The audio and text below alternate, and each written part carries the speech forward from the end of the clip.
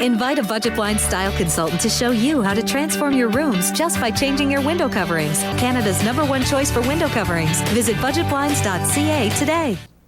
Well, back in April, an earthquake in Nepal left more than 8,000 people dead and thousands more injured. But the death toll would have been much higher if it hadn't been for search and rescue teams sifting through the rubble. This weekend, the Western Division of the Canadian Search and Disaster Dogs Association ran a mock exercise.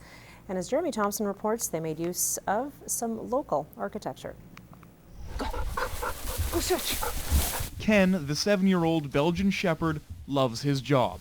And as the most qualified rescue dog in North America, he's good at it. He sweat. He and his handler, Sylvie Montier, are keeping their skills sharp with this mock exercise. But not everyone is cut out to be a rescuer. There's a lot of work for the dog and for the handler, and sometimes people are willing to do it, but unfortunately they're not fit for that. So this is where we evaluate people. 38 trainers and their dogs have been dispatched around the area. The catch, they didn't know what to expect once they arrived on location. Many of them found buildings like this one, old and dilapidated. It's a good representation of what they might find in a real emergency situation.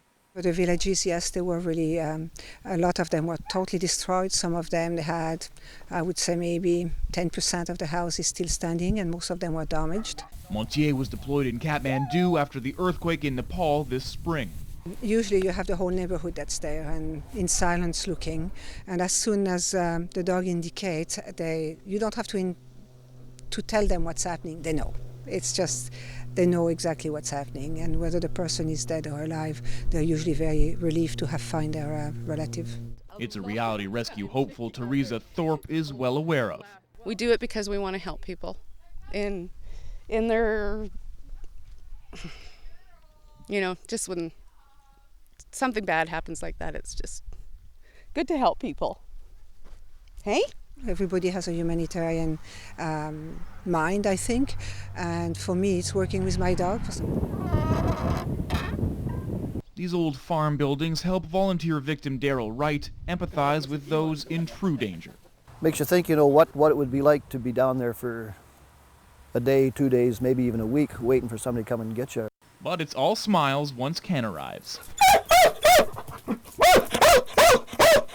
Just knowing that somebody is there now finally that found you and helps, maybe is on its way. So yeah, it's a tremendous feeling to hear that dog. Jeremy Thompson.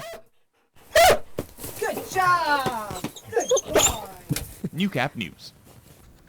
Well, one of the most distinctive things about the RCMP are their uniforms. And in 1990, the Supreme Court of Canada ruled that Sikh officers could wear turbans as part of their uniforms. In this week's Retrospect, Annika Notveit takes a look at the border city's reaction to that decision.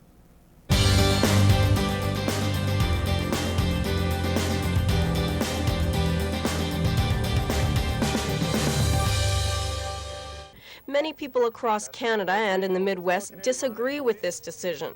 Glenn Wood used to be an RCMP officer. He thinks it should have never been allowed.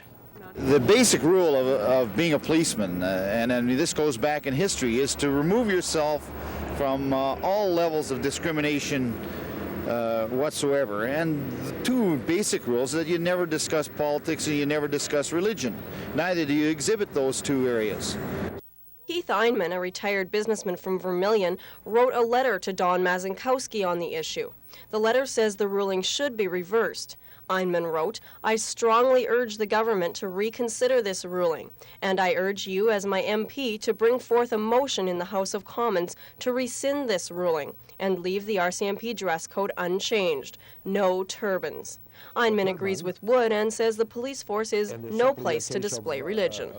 I don't think that that's the place for a display of religious faith, to me, either in the home or in the church. But beyond that, not in a police uniform. No, I think it's wrong. Einman says he's insulted when people say groups against the ruling are racist. I think that's terrible, because it's got nothing to do with reason. I think that I should have every liberty as a free white and 21 individual to express my view It's got nothing to do with race. Some native RCMP officers came forward saying they would like to wear braids with the uniform, but can't. Lloyd Goodwell, a member of the Lloydminster RCMP, says if the decision was made by the government and the RCMP, he would have nothing against it. Force wants to have it that way, that's fine with me too. Myself personally, I don't wear braids, and if they allowed it, I wouldn't. People continue to talk about it, some even trying to change the decision. Will it end with the RCMP wearing turbans? Will other groups decide they want to change the RCMP uniform? Will people like Einman and Wood continue to complain? Only time will tell. Now, this isn't an issue anymore, but in order to wear a turban, a statement from RCMP headquarters says a regular member must execute a statement of religious belief to be exempted from wearing the traditional felt hat and wear an RCMP-issued turban. Well, that's all we have for Retrospect this week. I'm Annika Nothvait.